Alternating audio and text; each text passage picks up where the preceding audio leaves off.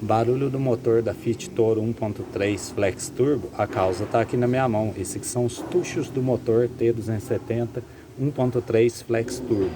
Se você trocar esse tucho, você vai resolver aquele barulhinho que dá no motor T270. Detalhe importante, para você trocar esse tucho, você vai precisar de duas ferramentas. Primeiramente, você vai precisar dessa ferramenta aqui, ó, que está na minha mão, que é para você colocar o motor no ponto, vai atrás do comando. Depois você vai precisar dessa ferramenta aqui, ó, que é o multi-air, para você recolher as molas do multi-air, beleza? Não precisa tirar aí fora.